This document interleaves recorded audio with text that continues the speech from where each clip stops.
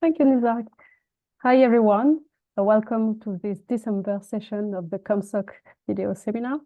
And today we have the pleasure to have two great speakers, Markus Utke and Georgios Papasotiropoulos.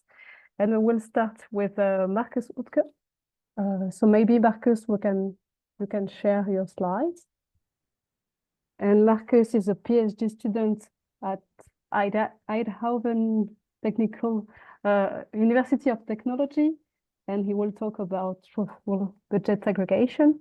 So Markus, the stage is yours and you have 20 minutes. Thank you. All right, thank you. Can you see the screen, everything? Yes, perfect. Okay, perfect. Yeah, thanks for the introduction. I'm Markus Utke. I'm going to talk about truthful budget aggregation, and this paper was co-authored by Mark de Berg, Rupert Freeman, and Ulrike Schmidt-Krepelin. Yeah, so let's get right into it. Truthful budget aggregation. What's the setting here? We want to decide how to distribute a budget that we're just going to fix to be 1 over m alternatives. And the way we want to make this decision is by having a vote. So we're going to have a set of n voters and a set of m alternatives. And then we're interested in the so-called budget aggregation mechanisms, which make this decision for us given on the voters' preferences.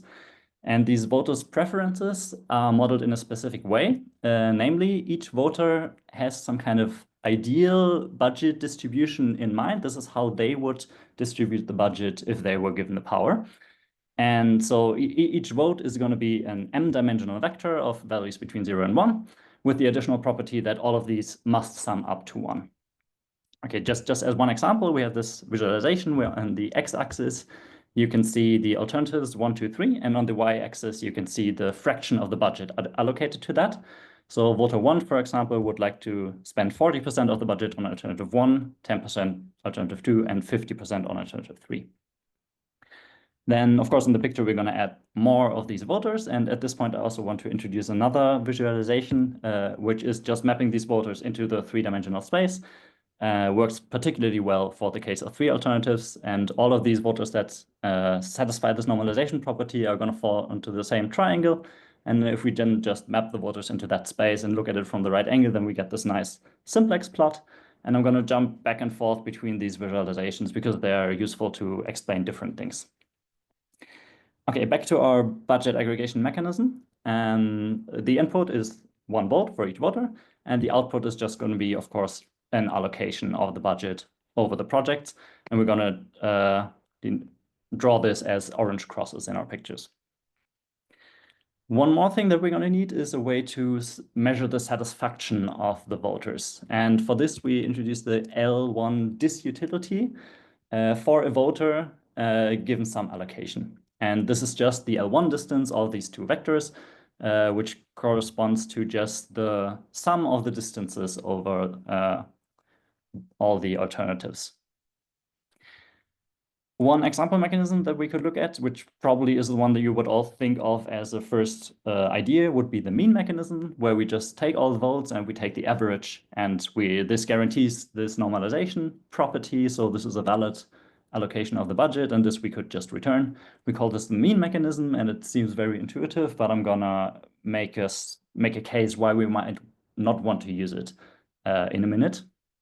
And for that, I'm going to introduce you to the axioms that we're interested in. So the desirable properties of these budget aggregation mechanisms.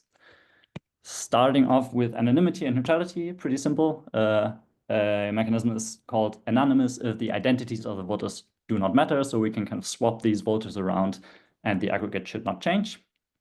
Similarly, neutrality says that the identities of the alternatives should not matter. So we can swap these around and the outcome should not change.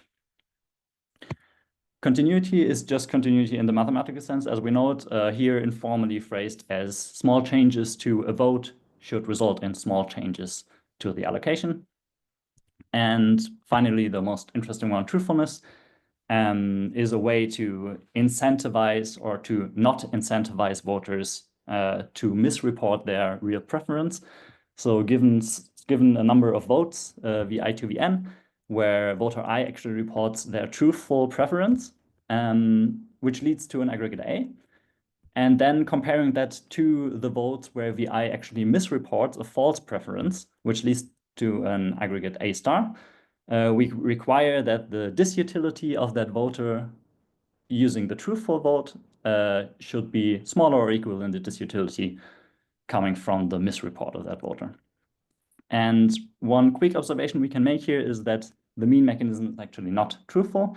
And we can see that in the far right picture, where if we drag this bottom voter kind of further down, it drags the aggregate with it, the mean with it. And this makes the mean ending up closer to the real preference of that voter than it was before.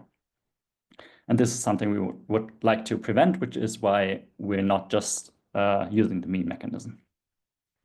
Right, and these misreports I'm always gonna denote by this kind of star symbol. Okay, so now that we know about the setting and the axioms, let me tell you what has been done so far, because there's actually one big class of mechanisms already, which is known to satisfy all of these 4 properties. And this class is called the moving phantom mechanisms. So one important theorem here is that any moving phantom mechanism is continuous, truthful, anonymous, and neutral, which I'm just going to call C10 from now on. And yeah, I'm going to explain in a minute what these moving phantom mechanisms are, but for now, just know that they satisfy these properties. And more specifically, in the special case of just 2 alternatives, moving phantoms are actually shown to be the only C10 mechanisms that exist. So this is a characterization. And one very natural question that we can ask is, and that has been asked by several papers already, is whether there exist C10 mechanisms that are not moving phantom mechanisms for the case of at least 3 alternatives. And in this paper, we answer this question in the positive by just providing such mechanisms, actually providing a whole class of these mechanisms. And one quick note here is that this has also been found by another group, the group of Felix Brandt, kind of at the same time as we did it. However, they only provided a mechanism for the special case of only 1 voter, while we in this paper present a mechanism for any number of voters and any number of alternatives larger than 2. Okay, now why would we even be interested in mechanisms that are not specifically not moving phantom mechanisms if they just satisfy the same axioms? Well, one motivation for that could be that moving phantom mechanisms are actually shown to perform kind of badly in terms of fairness. I'm going to go into detail later how we define fairness in this setting, but one follow-up question to this first question is, can other C10 mechanisms achieve better fairness guarantees than the moving phantom mechanisms? And this question we actually answer in the negative by showing actually matching bounds for the fairness guarantees that C10 mechanisms can give us compared to the ones that were previously known for just moving phantom mechanisms. Okay, so these 2 questions, the answers to these questions are basically our 2 main results in this paper. And now I talked a lot about these moving phantom mechanisms, so it's time to define them, I think. So a phantom system is a collection of n plus 1, so 1 more than the number of voters, continuous and non-decreasing functions alpha, mapping the space from 0 to 1 to 0 to 1, with alpha of 0 equals 0.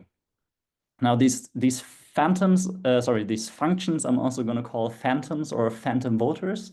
And the input parameter of these functions I'm also going to call time. So we can imagine at time 0, all the phantoms are at 0. And from then on, they increase in time. So one phantom system, for example, could look like this, where as time increases, all the phantoms grow at different rates. Or another example would be this, where all the phantoms grow at the same rate, but start at different times.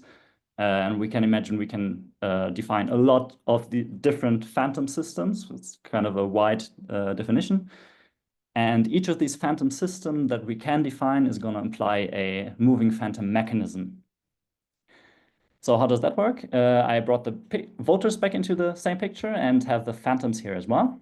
And the reason we also call them phantom voters is because we kind of treat them in a similar way as we treat the voters. Namely, for each of the alternatives, we're going to compute the median out of the votes and also the phantom voters kind of together. And if since we have 1 more phantom than we have voters, and all the phantoms start at 0, this median will always start at 0 as well for time 0. These medians are represented as these small black rectangles here. So now if we increase time, these medians will grow as well, right? So we can kind of track these medians when the phantoms move upwards, and they're going to get stuck at the voters and then get dragged further. And we're also going to track the sum of the medians. And as soon as the sum hits 1, we're going to stop the process, and this will be the allocation that will be returned by the moving phantom mechanism. Okay, so that's how each phantom system implies a moving phantom mechanism. And now just as a recap, basically this theorem, which I showed you before, says that any moving phantom mechanism is C10. Okay, now that we have this definition, we can move on to answering the first main question of this paper. Do there exist C10 mechanisms that are not moving phantom mechanisms for at least 3 alternatives? And I'm going to show you one of these mechanisms right now.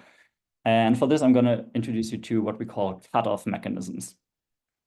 So let's fix some threshold tau.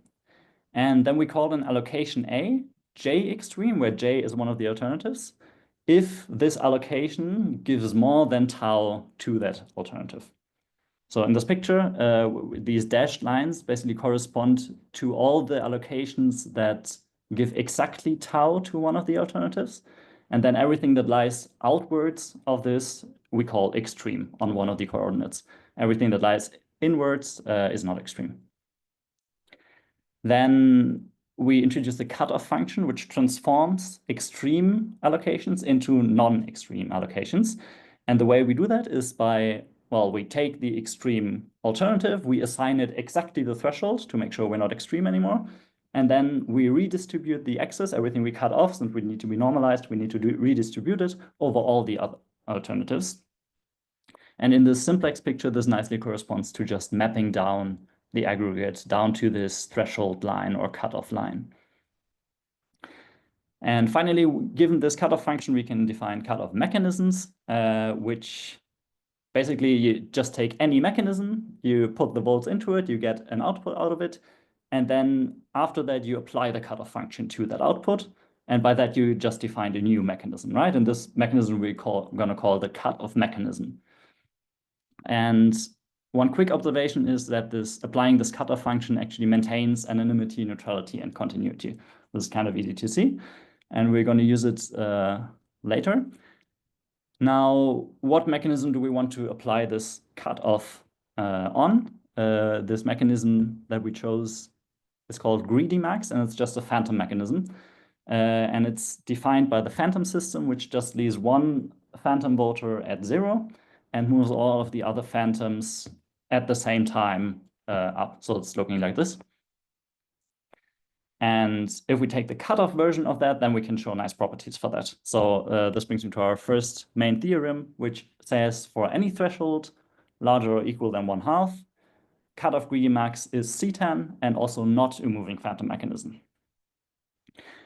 Okay, I want to go through these points one by one. So the first one I kind of already argued, applying the cutoff does not destroy continuity, anonymity, or neutrality.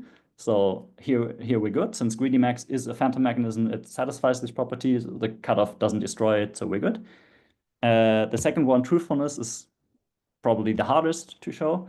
And I want to show you, for these next 2 points, I want to show you the proofs, but in a simplified version where we actually have exactly 3 alternatives and only 2 voters.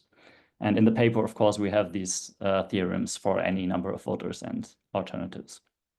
So to show truthfulness, we're going to need one additional lemma, which is an observation on greedy max, which says that the outcome returned by greedy max is J extreme if and only if all voters are J extreme and sufficiently close together. For now, forget about this sufficiently close together. We're only going to need it at one point in the proof, and I'm going to tell you when. We're going to need the rest multiple times. So now let's fix some voter W. This will be the lighter voter here, and fix a voter V, the darker one, and let's show that V cannot manipulate in a way that it's better off than before. We have 3 cases. Case 1 is W is not extreme. like you can see in the picture here, W is not outside of this line. And by this lemma, we can then know that basically no matter what the voter V does, they can misreport or report all they like, the aggregate will never be extreme by the lemma, which means the cutoff function doesn't even have an effect. So basically, this is just greedy max, and we know greedy max is truthful. So we have truthfulness. We basically reduce the truthfulness of this case to the truthfulness of just greedy max. The second case would be that W is extreme, but V is not. We kind of have two subcases here. The first one being kind of trivial, where the misreport of V is also not extreme. Well, then by the same argument, the aggregate will not be extreme, and thus we're good here. More interesting is if the misreport of V is actually extreme, because now for the first time we were actually able to get an extreme aggregate, which is going to get cut off by the cutoff function. Now, what we can show here is that we can actually find a misreport which is not extreme but leads to the same aggregate. So we can kind of move this misreport down to the threshold line while keeping the same aggregate. And now again, we can reduce this case just to the truthfulness of just greedy max. And finally, the third case is that both of these voters are extreme. Then again, we can have an aggregate which is extreme and gets cut off. And here we will actually use the sufficiently close together condition to show that actually all of the aggregates that this voter V would prefer over this aggregate returned by cutoff greedy max, they all fall into this area. And in particular, they are all extreme. And by definition, cutoff greedy max can never return an extreme aggregate. So we know here as well that this voter cannot achieve any better aggregate by misreporting their vote. All right, so that's the truthfulness proof. Let's move on to the not a moving phantom proof. And this is kind of easier. So we're just going to look at one profile, and that's it. The profile is where one voter reports very extreme, so they want to spend the whole budget on one alternative, and the other voter reports slightly less extreme. They want to spend some of the budget on another alternative as well. And if we just run greedy max, just like the definition of the moving phantom mechanism, then we can see greedy max returns exactly what this less extreme voter wants. So this will be the outcome of greedy max. Now this is an extreme aggregate. So let's cut it off to get the outcome that cut off greedy max returns. Right, and now what we're going to do is we're going to show that no moving phantom mechanism could ever return this allocation for this given profile. So let's assume for now there would be a moving phantom mechanism returning this outcome. Well, since we know the outcome of a moving phantom mechanism is the value of the medians of the phantoms and the voters on each coordinate at the time of normalization, we know that since none of the voters here matches these coordinates on none of the alternatives, these must actually all be positions where phantoms are at time of normalization. So we basically know all the phantoms' position just by looking at the profile. And this already gives us a contradiction, because then we can see on alternative 2, actually the output, the allocation here is actually not the median of the votes and the phantom voters. So it's as easy as that. We can see that this mechanism cannot be a moving phantom mechanism. Okay, I want to show you what else we did with this kind of non-phantomness. One thing is that we can actually also use other phantom systems. So I focused on greedy max here because it actually works for any constant threshold larger than 1/2. But we identified a whole class of phantom systems that we can use. However, we have to set the threshold more carefully. Yeah, in particular, we have to make the threshold dependent on the number of voters and the number of alternatives. But then the same method and also a very similar proof works for a whole class of mechanisms. And another thing we wanted to do is, well, these cutoff mechanisms are very unintuitive in a way, because we're just restricting what a mechanism can return. And what would, for example, happen if we would add unanimity to the list of axioms that we want to satisfy? So unanimity says if all of the voters vote for the exact same allocation, then this mechanism should return that allocation, which obviously cutoff mechanisms cannot do. And we got a positive result even here, however, only for the special case of 3 alternatives and 2 voters. And the way we did it, I'm not going to go into detail, but what we basically do is we apply the cutoff function not to the aggregate after running a moving phantom mechanism, but actually to the votes before running the moving phantom. Then if we choose, again, another moving phantom mechanism, not greedy max, then we can get a truthful mechanism. And then we can additionally require that we only apply the cutoff if these voters are kind of far apart from each other. And by this, we can kind of maintain unanimity, because if these voters are actually very close to each other or even at the same locations, then we're just not going to apply the cutoff, thereby getting unanimity. But by applying the cutoff when they're far apart, we get this kind of non-phantomness, which we have for the cutoff greedy max as well. Okay, finally, our second main result is about the fairness, whether these new C10 mechanisms that we found can maybe improve the fairness guarantees that we get compared to the moving phantoms. I'm going to show you a kind of bad example here where where we can show that all C10 mechanisms actually perform badly. So this example is half of the voters vote very extreme and the other half votes kind of the opposite. They want to distribute the budget completely evenly over all alternatives. And well, the orange allocation here is what the mean mechanism returns, which seems very fair because it gives both of these subpopulations kind of the same amount of voting rights or whatever you want to call it.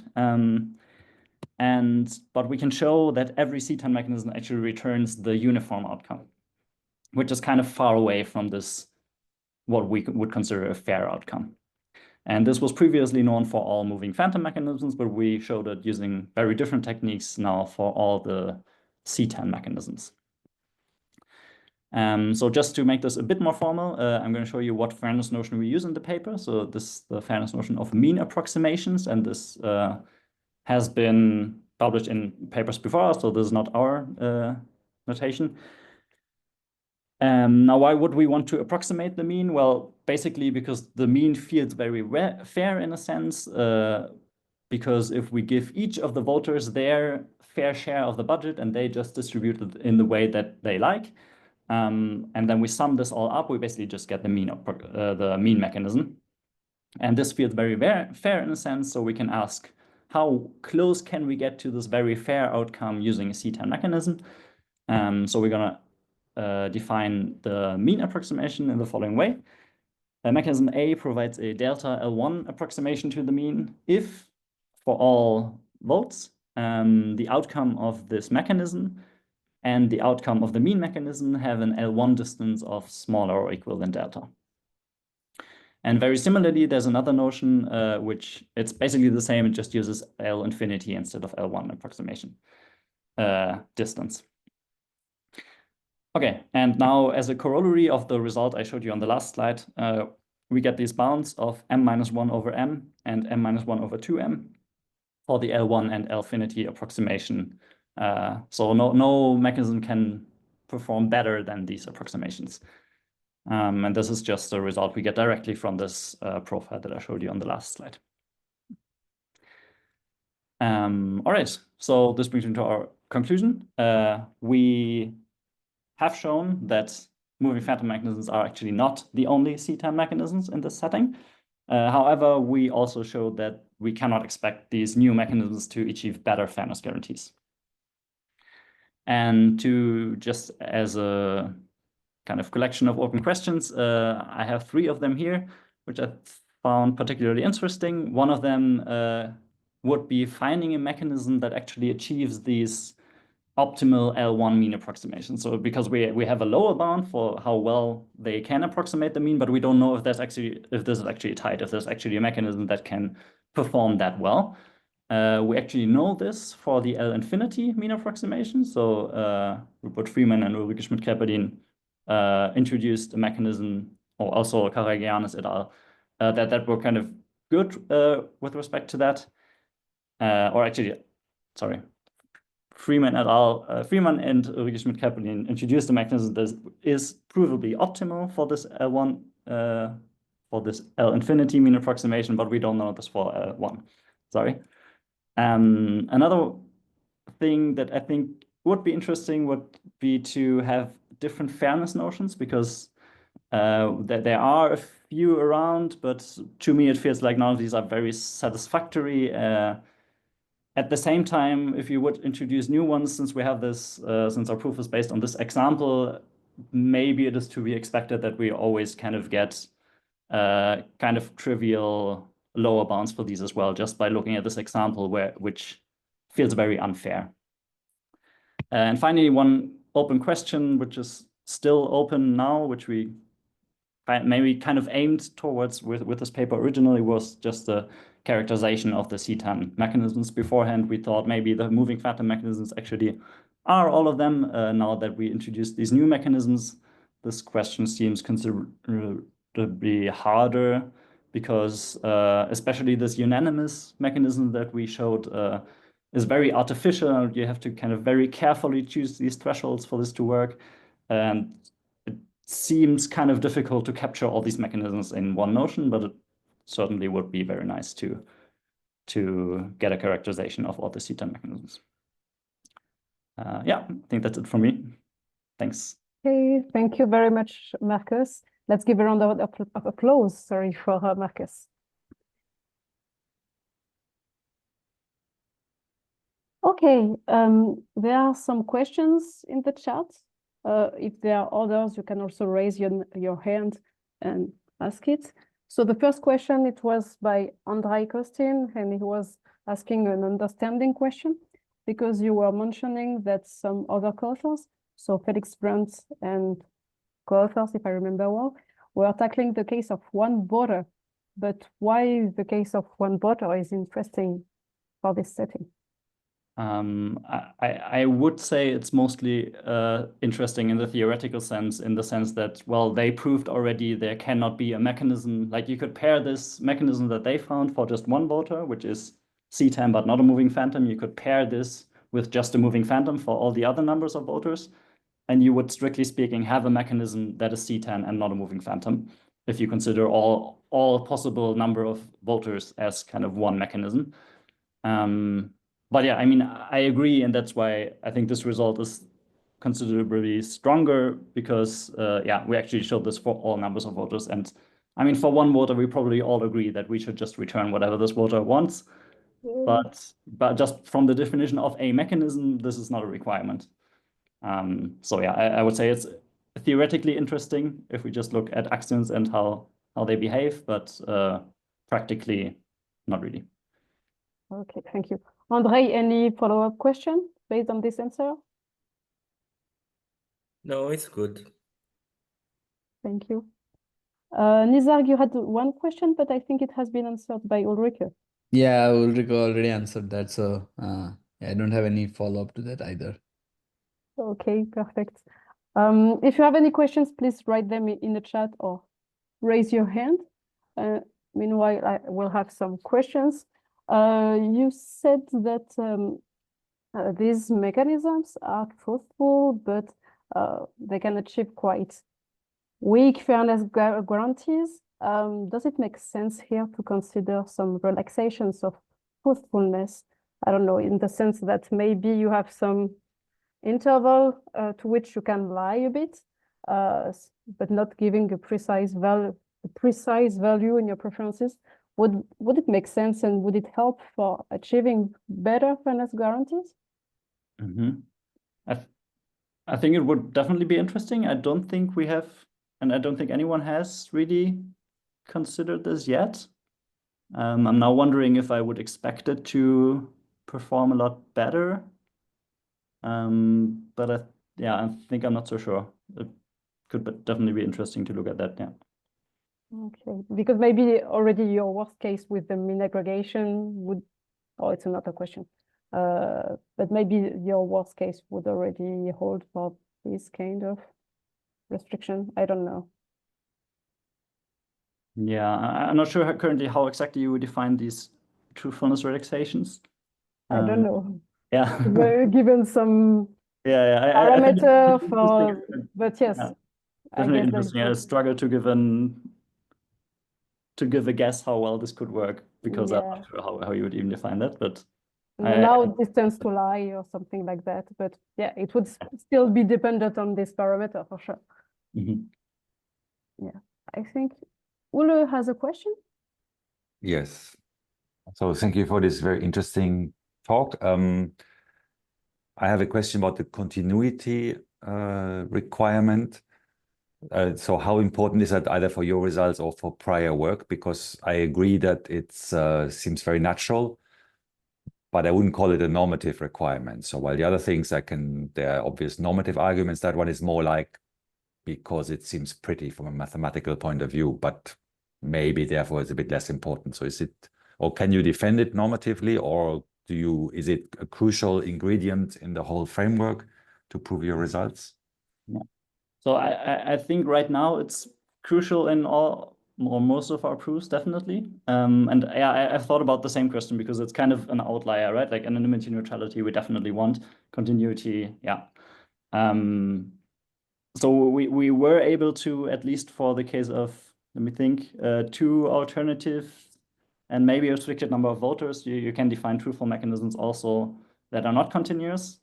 And they already feel very unnatural, because you kind of have to jump to the complete other side of a voter to keep their distance from the aggregate the same. But yeah, I mean, it would definitely be interesting how this would affect the result if we would drop continuity, but I think it will also be very difficult to analyze. So yeah, we are relying heavily on that, but I think it's mostly apart from this intuition that feels natural. I don't really have a strong reason. And do you have like at least a single rule that seems somehow, maybe you cannot give any characterizations, but is there an example of a rule that would make sense? Or do they all seem counterintuitive to you? We don't have such an example, no. Okay, thank you. Thanks. But maybe just something as a follow-up to that. It still seems like having continuity is a good idea, because in some sense it tells you that if you have noise in the preferences, maybe you use floating points or God knows what, then you expect the output to only change by a bit. Like it does sound like you can argue normatively why you would want it, not just to make the proofs work, right? Yeah, I guess that's a good point, yeah. Yeah, and the same idea, I was also wondering whether it would make sense to assume that people do not only give one precise value for each alternative, but would give maybe an interval, because it's difficult for a voter to specify, okay, I want especially 0.63 for this alternative. Maybe you would say, okay, between 0.5 and 0.65, something like that, but maybe additionally an ordering of the alternatives depending on the importance. I don't know. Do you think it would make sense, and can some mechanisms be adapted to such a setting? So I definitely think it makes sense in general, changing the utility model. Maybe I should have listed that as well in the further questions, I now realize, because it's also what other groups are doing already, I think. Okay. I definitely think it's a kind of a strong assumption that these utilities correspond to the L1 distance. So I think it would be very interesting to look at other utilities as well. I don't think any of our results really transfer to other utilities. So I mean, one very natural thing to do would be to take maybe, yeah, okay, you mentioned kind of having an interval. Yeah, I'm not sure there. Another natural thing would be to not use L1, but maybe L2 or L infinity or anything like this. There I'm more certain that actually our mechanisms will not be truthful anymore. For the interval case, I'm not completely sure. Okay. And in the same idea, are there some preference restrictions which help? I don't know, for instance, if everybody is ranking the alternatives in the same order, not with the same weight, but with the same order, does it help? I mean, that would, like in the simplex picture, this would kind of correspond to all of them being kind of in one corner, right? Okay, go. I'm not sure if this would help much. But yeah, to be honest, I haven't thought about this yet. But also feels like a very strong assumption. Yeah, exactly. About that all of them have kind of the same order. Yeah, but if you think about, I don't know, for funding projects in a city or something like this, maybe there are big projects which deserve more money or things like that, and everybody agrees on that idea, but maybe not in the same proportion for everybody. I don't know. Okay. Yeah, I mean, well, one thing that comes to mind there, how we could maybe adapt it would be to just guarantee each project a certain threshold and then run the rest of it basically on the rest of it, so that they're all equal, kind of make them all equal by guaranteeing them some budget and letting the voters report over the rest of the budget, so that could maybe help there. But yeah. Okay. Thank you. Yeah, thanks. Will, you have a question? Yes, I wonder whether you've ever thought about this property for locating the final point. Imagine several voters, not the whole group, a subset of the voters, apply the mechanism for that number of voters to find a solution, and then replace the original votes with K votes for that consensus point.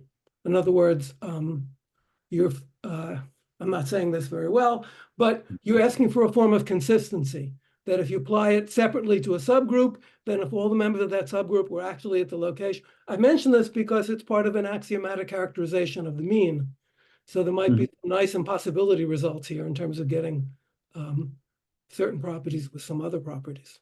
Yeah, I understood the process that you say, but I didn't understand what the property would be. That you get the same final points if you replace K voters, a subset of K voters, with a single vote of multiplicity K for what you got by applying the procedure to that subset.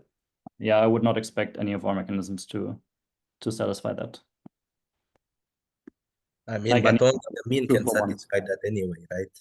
Because like if you do it for everyone, then you kind of have done the mean. No. You can have a constant, like you could Yeah, always with constant is different. Yeah. But yeah, I guess the constant one is also a phantom, so not strictly true what I said before, but yeah, out of the non-trivial phantoms, I would not expect any of them to satisfy this.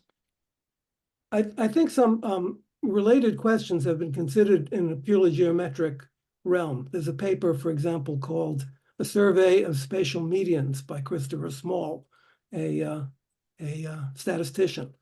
I'm not sure it'll have anything to say about your results, but it may, give you some ideas for alternative approaches. Okay. Yeah, sounds interesting. Thanks. A last question by Sajan in the chat. Maybe Sajan, you want to ask it directly?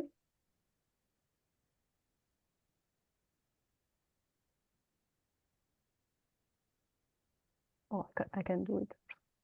Continuing on the discussion on preference modeling, but wouldn't their budget propositions by voters in itself reflect their level of preferences or inclination towards such alternatives? Not sure I understood the question. Yeah, I think Sajan, if you can complete maybe Sajan by directly speak up, you can.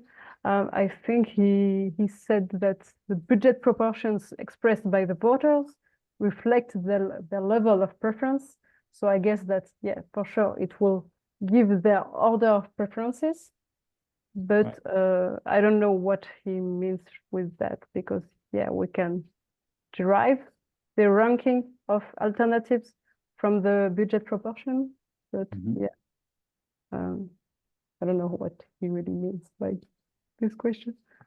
Or maybe we can stop here, except if you want to complete Sajan on something.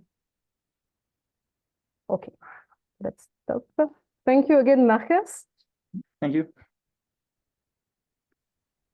All right, so we are now going to do our breakout sessions, and we'll do it for roughly 10 minutes or so, and then we'll be back here for the second seminar.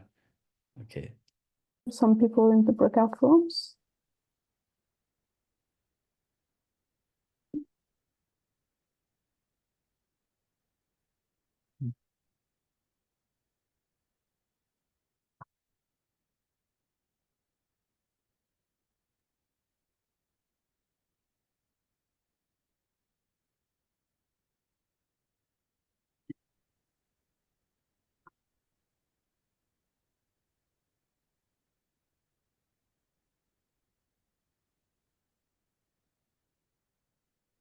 Okay, maybe we can start again.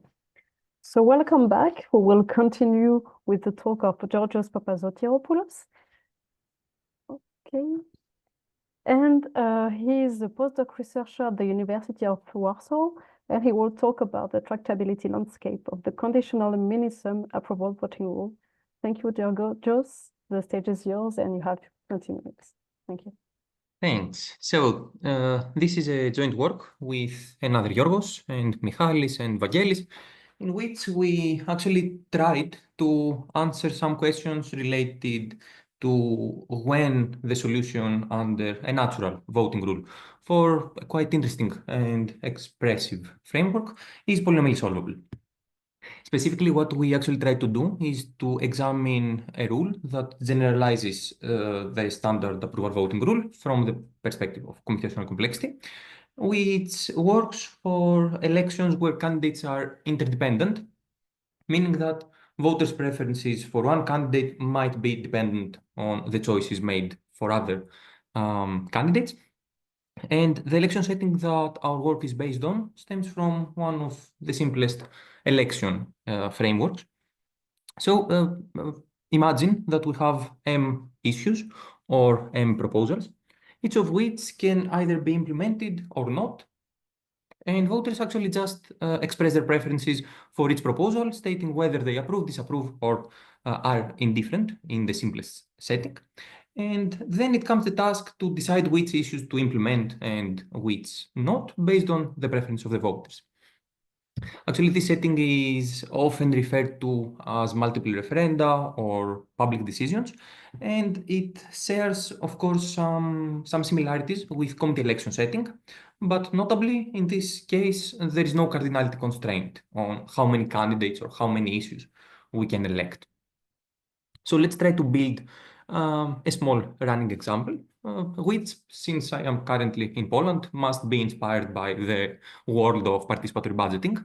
So consider here a situation where the electorate is presented with the following options: build a park or a walking path, or a parking lot, or any subset of them can be built. And then let's assume that one voter simply approves the environmentally friendly options and disapproves of the parking lot, and then say that there is a second voter who agrees with the first voter on the first and third issues, but is indifferent about the footpath. I mean that the second voter will be satisfied both if the footpath gets implemented or if not. In this simple case, the first solution that I guess likely comes to our minds is using something that can be viewed as an adaptation of approval voting for this specific setting.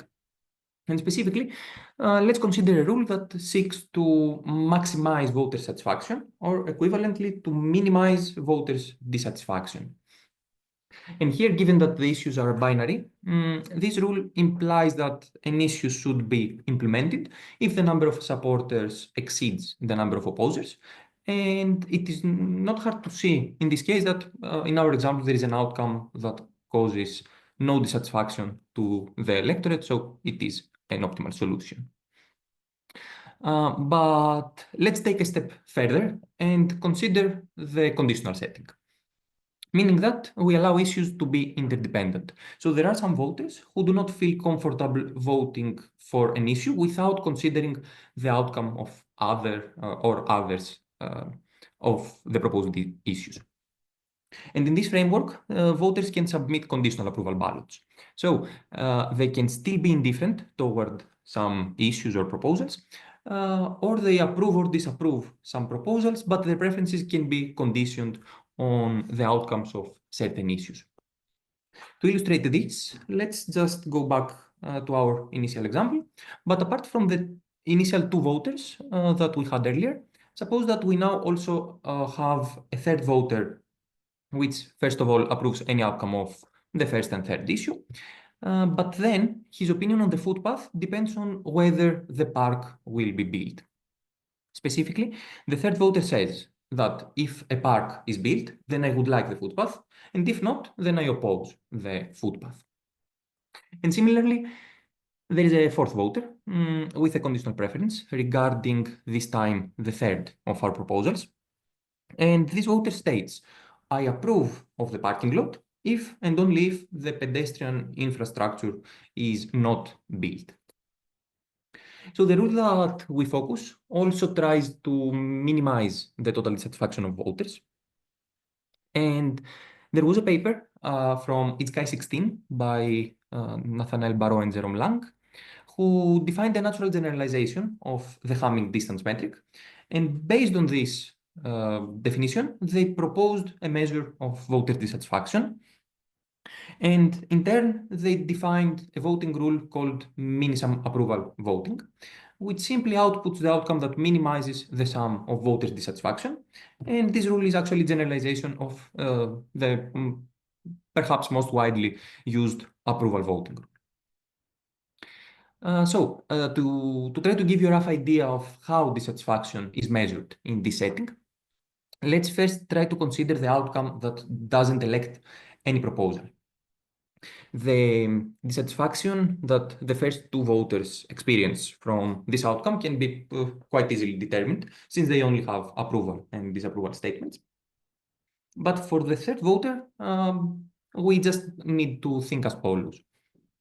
So given that the park is not implemented in the solution that we are now considering, the non-election of the pedestrian infrastructure is satisfactory for this voter. And moreover, since this voter doesn't oppose any outcome regarding the first and third issues, his total satisfaction is actually equal to 0.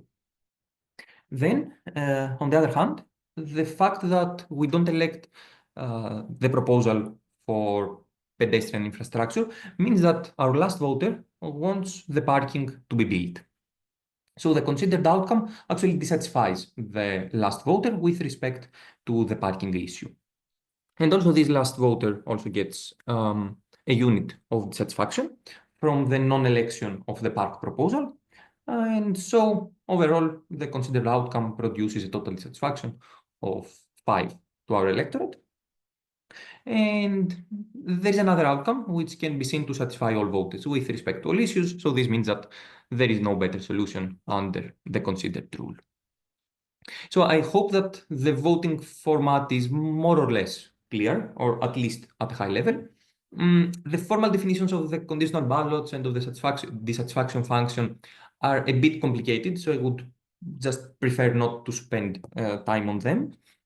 But let me also try to add another layer of complexity to the examined model.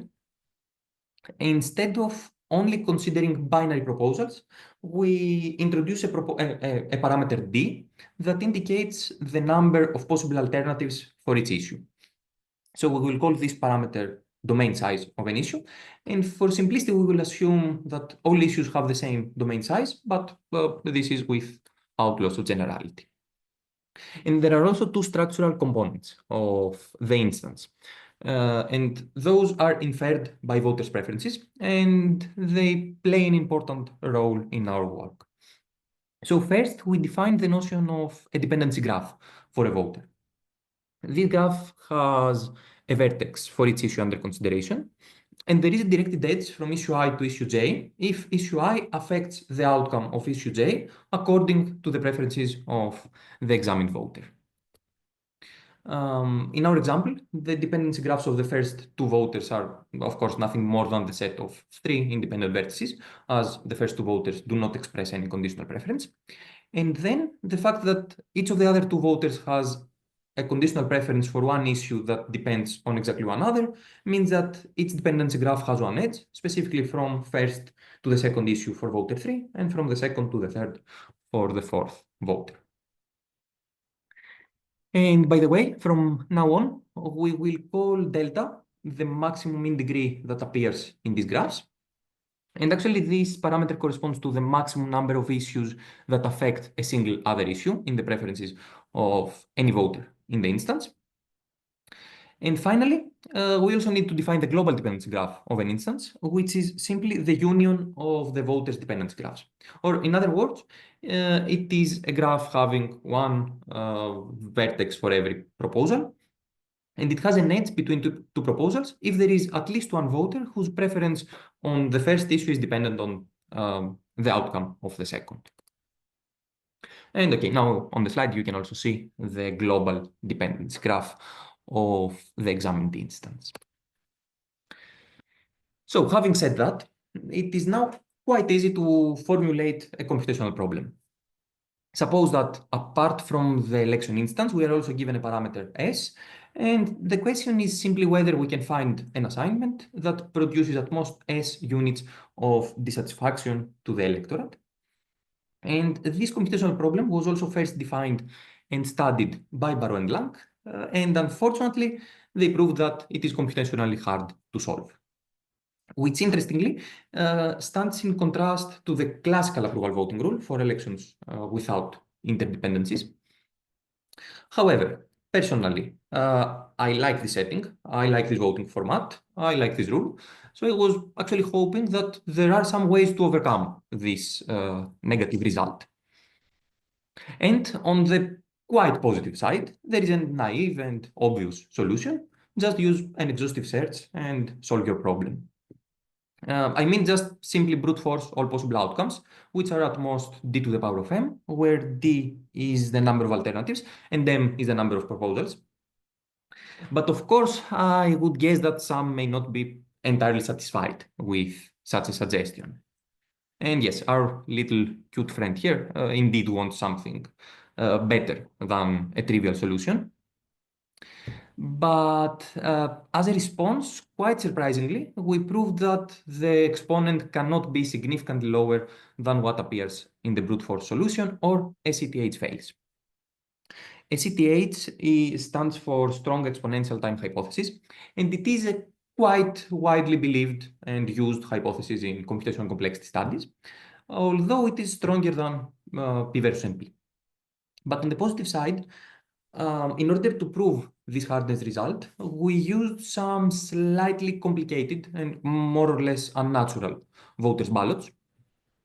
So there is still some hope. I mean that perhaps for natural votes, something better than brute force might be possible.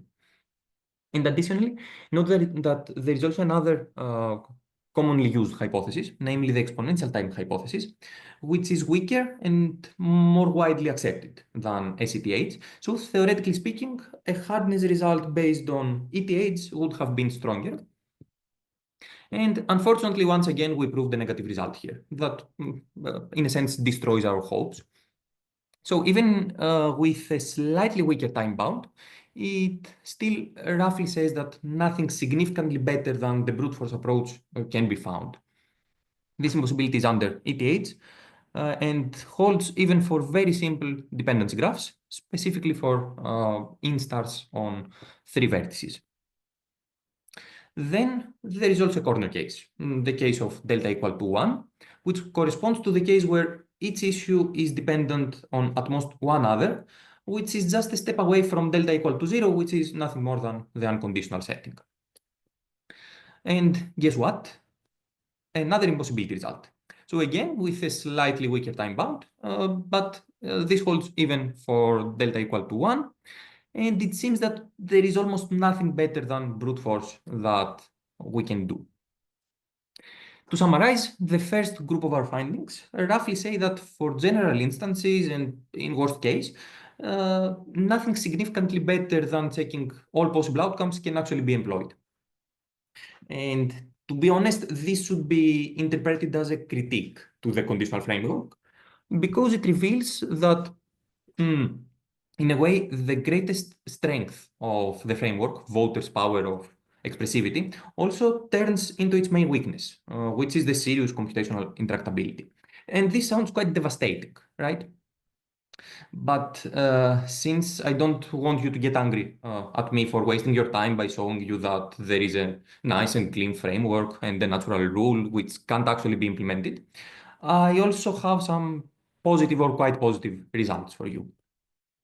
So as a response to the hardness results that we discussed, one can generally try to think of two possible orthogonal restrictions in the conditional setting.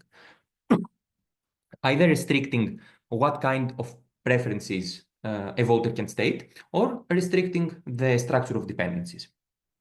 And from now on, we will only focus on binary domains and maximum in degree of 1 in voters' dependency graphs, simply because it's the more intuitive cases, while it is already NP hard, but our results can actually be generalized beyond that. So regarding our second suggestion, the restriction on dependencies, remember that restricting the degrees will not help. So we focused here on structural restrictions. And actually, we had a positive result in an earlier Utke paper of ours, stating that if we parameterize by the tree width of the global dependency graph, then we can have an efficient algorithm. And both theoretically and technically, this was a quite nice result. But I would guess that some of you might be wondering whether the restriction on the tree width of the global dependency graph is meaningful. And indeed, such a restriction can be seen as a bit forced, because it is not actually obvious how to ask an everyday voter to declare their preferences in a way that the graph that they induce has a small tree width or something. And moreover, and quite crucially, this restriction is on the global dependency graph, which is the graph created as the union of voters' graphs. So one can't even actually enforce it locally by only constraining the ballots or the graphs of each voter. And for these reasons, we were not perfectly satisfied with this proposal. And let's see now what new we have. Let's first discuss the restriction on ballot types. We proved that there is a type of ballot such that if we only allow voters to submit such ballots, we can find a polynomial time algorithm in order to solve our problem of interest. And these ballots are of the form that appears on the slide. Namely, we restrict voters to cast ballots of the form: if issue I is implemented, then I accept issue J, and or if issue I is not implemented, then I don't accept issue J. And we also, of course, allow for unconditional statements in this case. Actually, this restriction corresponds to a scenario where the issues can be grouped by voters in some pairs, in a way that each voter either approves both in a pair or disapproves both in the pair. And also we prove that this result is, in a sense, tight. I mean that we show that if preferences other than those two appear, then the problem becomes NP hard again. But now let's get back to the structural restrictions. And first note that the restrictions, the restriction on the tree width of the global dependency graph doesn't say anything about the dependency graphs of the voters, simply because we observe that even a constant tree width in the local voters graphs, and even for two voters, can result in unbounded tree width in the global graph. So if we actually want a local restriction, something stronger than tree width should be bounded. And this is the vertex cover number, which allows for efficient computation. So the vertex cover number is simply the size of the minimum vertex cover of a voter's dependency graph. And this result has two advantages. First of all, it talks about voters' dependency graphs and not the global dependency graph. So the restrictions here are local and the voter can enforce them individually. And secondly, the vertex cover number is a bit more intuitive than tree width, I would say, in our setting, since one can more conveniently describe it to a voter. One could actually see it as having only a few central issues that are dependent on others. And as an example, just consider a graph formed by a few independent instars. And observe here that voters are not required to have identical graphs, okay? But there is also an important drawback in this result. It only holds for a constant number of voters. So this is, of course, not ideal, I agree. But again, we have an NP-hardest result using an instance with a constant vertex cover number for each voter and a non-constant number of voters. So to conclude, I want to highlight that our results say that indeed there exist certain more or less natural conditions under which the outcome of the rule can be computed in polynomial time. So it looks like we now have a rule that is strictly more expressive than the widely used classical approval voting rule, but almost just as easy to compute. And hence, I believe that this is maybe the first work that provides a clear indication that conditional approval voting can be efficiently applied in practice, albeit under specific restrictions. And this is quite interesting. And I'm glad that he likes this much. But what more can one do in elections with interdependent preferences? Well, we now have an almost complete picture around the question of when the rule's outcome can be computed in polynomial time. And then a natural question is to resort on approximate solutions for the hard instances. And another direction for future work would be to study aspects related to control of such elections. And if you find those suggestions exciting, I am extremely happy, but I have some bad news for you. We already did some work on these problems a few years ago with Vangelis. And there are also some results around the axiomatic properties of the rule from the paper by Barrow and Lang. So actually, I don't see a lot of exciting things left to be done around this rule and setting, at least from the perspective of theory. But as each and every of you knows better than I do, there are many more rules other than standard approval voting. So the examination of such rules is a great proposal, right? I can't disagree with that, simply because we had another paper with Markus and Yannick and Vangelis on proportionality considerations in the examined setting, where we focused on some natural generalizations of PAV and MES, and we did some preliminary analysis there. But the good news for you is that there are questions around proportionality which are far from being resolved in settings with interconnected preferences. Then one can go a step or two beyond the public decision setting and focus on committee elections or the participatory budgeting setting. And this, for me, is the most exciting research direction, even if there are already a couple of works examining such a setting.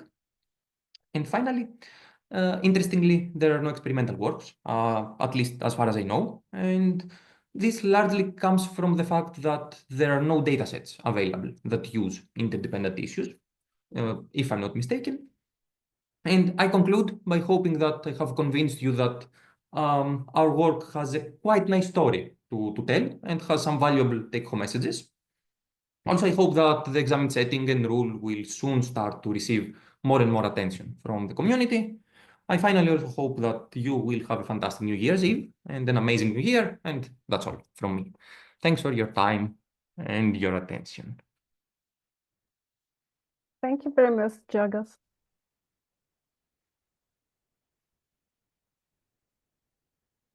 Okay, are there any questions? I don't see any in the chat, but please raise your hand if you want to ask a question to Georgios. I will start with one. So you were talking about different complexity analysis with respect to different parameters in the graph. I was thinking about a very, very basic one, the number of edges, such as in the sense that maybe you are not allowed to express many interdependent issues, only a limited number. And yeah, did you make an analysis or other results? Yes. Unfortunately, it is still hard even for one edge per voter. Okay. So the problem is very interesting, but it's very hard at the same time, even if you go just a step after a classical approval voting. Okay. Would it make sense to limit the number of issues on which you can express interdependencies? Again, the initial, at least speaking for NP hardness, the initial hardness from the paper by Barrow and Lang was for the case that each voter has just one edge, so a dependence only between two issues. And each voter was interested only on a pair of issues. Okay, but I mean, if there are already predetermined issues on which we can, because maybe there are some issues which are by definition, quite independent, but maybe there are some others which are already connected. So maybe only a specific subset That is, you're not allowed to express independencies on every alternative, but maybe only on some of them. I don't know. Yes, actually, indeed, if all voters agree that there are only a small number of issues that are of interest, then the problem can be easy. Okay, we finally found something which is easy. Thank you. Any other questions? Maybe I can ask something quickly. Like, I know that you like state some results and critique them at the same time, so that's perfectly fine.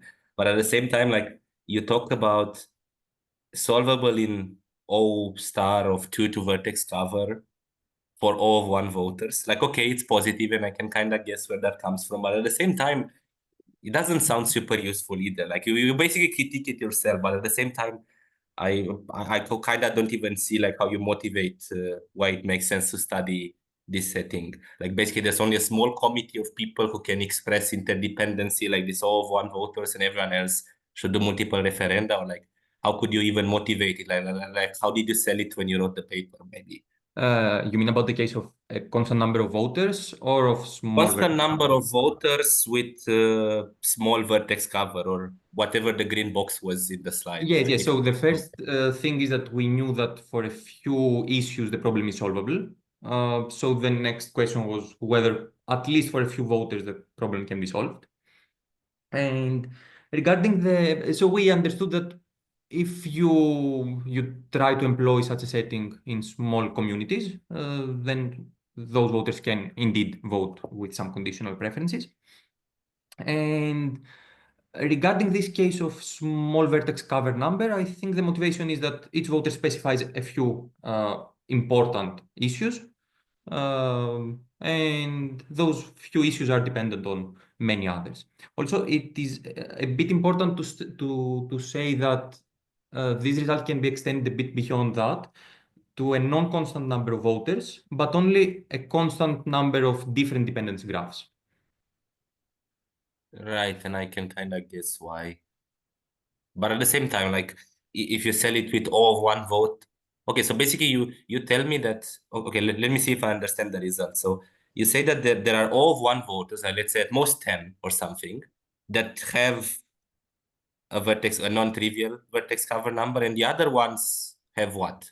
Have like empty graphs or like Or the same graphs as the okay. the other voters. Okay, I see. Any other questions? I was also thinking about, is there another natural way to measure the global dissatisfaction of the voters, which may be more efficient to compute? Here you did the sum, but maybe there are other ways which would be more efficient. I don't know. Yes. Actually, there was a suggestion by Barrow and Lang in their paper for, instead of minimizing the sum of dissatisfaction, to minimize the maximum dissatisfaction. But they also proved that it's hard. And we felt that since we did the first computational complexity analysis or extensive computational complexity analysis, it is better to start with the generalization of classical approval voting rule. But of course, it makes sense to define multiple other objectives. Okay, it has not been done so far. No. And so the only thing we know apart from approval voting is the generalization we examined for PAV and MES. Okay, and you are talking about the paper with Markus, Vangelis, and Yanis. And do you explore some fairness guarantees such as justified representation, for instance, in such? It was something similar, so something around proportionality degree. Okay, because yes, it would make sense to study also justified representation and all. Yes, the setting is a bit different because you don't have the restriction on electing K. Yeah, that's true. Candidates, for example. Okay. Okay, any other questions in the chat? Or just by raising your hand? I don't see any. Okay. So maybe, oh, some people love your slides at least. So thank you again, Georgios. Thanks. So some announcement for the next seminars in 2025. So the next seminar will be in January 29. Be careful because it will be 1 hour later than the usual hour. So it will be, for instance, 6 p.m. for the Paris time and all associated hours for different time zones. And it will be with the speakers Soros Shebadian and Wes Holiday, so for the next seminar of January. And we will have also the February seminar on 26th with Laszlo Weg and Matthias Greger, and the seminar on the March seminar on March 26th with Christian Bastek and Paolo Turini. So please attend, and well, we will see you next year, I would say, and have nice celebrations for those who celebrate anything, and see you next time. Thank you to all of you. Thank you. Happy holidays, everyone. Happy holidays. Bye all. Bye. Bye.